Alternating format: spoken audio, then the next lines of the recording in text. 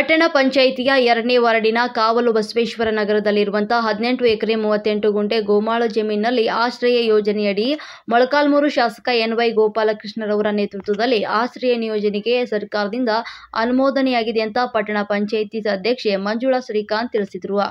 ಪಟ್ಟಣದ ಪಂಚಾಯಿತಿಯಲ್ಲಿ ಫಲಾನುಭವಿಗಳಿಗೆ ಪಟ್ಟಣ ಪಂಚಾಯಿತಿ ಅಧ್ಯಕ್ಷೆ ಮಂಜುಳಾ ಶ್ರೀಕಾಂತ್ ಮತ್ತು ಉಪಾಧ್ಯಕ್ಷರಾದ ಬೋಸಮ್ಮ, ಸದಸ್ಯರಾದ ದಾಸ್ ಓಬಯ್ಯ ಫಲಾನುಭವಿಗಳಿಗೆ ಅರ್ಜಿಯನ್ನು ವಿತರಿಸಿದರು. ಜಿಲ್ಲಾಧಿಕಾರಿಗಳ ಆದೇಶದಂತೆ 555 ನಿವೇಶನಗಳನ್ನು ಕಡು ಬಡವರಿಗೆ ನಿವೇಶನವನ್ನು ವಿತರಿಸಲಾಗುತ್ತದೆ ಅಂತ ಹೇಳಿದರು. ನಂತರ ಮಾತನಾಡಿದ ಅವರು, ಫಲಾನುಭವಿಗಳು ಯಾವುದೇ ಇಲಾಖೆಯಲ್ಲಾಗಲಿ ಯಾವುದೇ ವಸತಿ ಯೋಜನೆಯನ್ನು ಪಡೆದಿರಬಾರದು. ಪಡೆದಿಲ್ಲದವರಿಗೆ ಕಡು ಬಡವರು ಆಗಿರಬೇಕು ಮತ್ತು ಅವರು BPL ಕಾರ್ಡ್ ಅನ್ನು ಹೊಂದಿರಬೇಕು. ಅಂತವರಿಗೆ ಮಾತ್ರ ನಿವೇಶನವನ್ನು ಕೊಡಲಾಗುವುದು ಅಂತ ತಿಳಿಸಿದರು.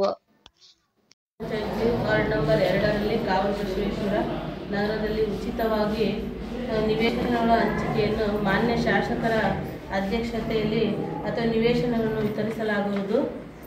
ಮತ್ತು ಇದು ನಾಯಕನಹಟ್ಟಿ ಪ್ರಯುಕ್ತ ನಾಯಕನಹಟ್ಟಿ ಪಟ್ಟಣ ಪಂಚಾಯಿತಿ ವ್ಯಾಪ್ತಿಯಲ್ಲಿ ಬರುವ ಎಲ್ಲ ನಿವೇಶನ ರಹಿತ ಫಲಾನುಭವಿಗಳ ಅರ್ಜಿಗಳ ಮೂಲಕ ಸಲ್ಲಿಸಲು ತಿಳಿಸಲಾಗಿದೆ.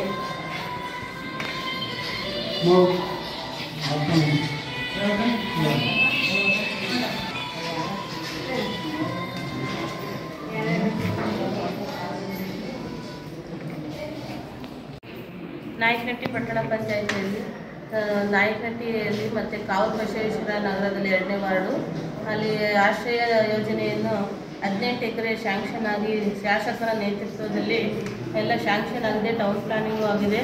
ಆಲ್ರೌಂಡ್ ಎಲ್ಲದೂ ಕೆಲಸ ಆಗಿದೆ.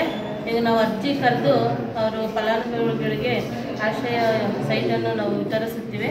ಮತ್ತು ಅದು ಚಲನ 100 ರೂಪಾಯಿ ಚಲನ ಕಟ್ಬಿಟ್ಟು ಎಲ್ಲರೂ ಅರ್ಜಿಯನ್ನು ಸ್ವೀಕರಿಸ್ರಿ ಅಂತ ಹೇಳ್ತೀನಿ. ಮತ್ತು ಅವರಿಗೂ ಫಲಾನುಭವಿಗಳು ಯಾವುದೇ ಒಂದು ಇಲಾಖೆಯಲ್ಲಾಗಲಿ ಯೋಜನೆಯಲ್ಲಾಗಲಿ ಯಾವುದೇ ಒಂದು ವಸತಿ ಯೋಜನೆ ಪಡೆದಿರಬಾರ್ದು.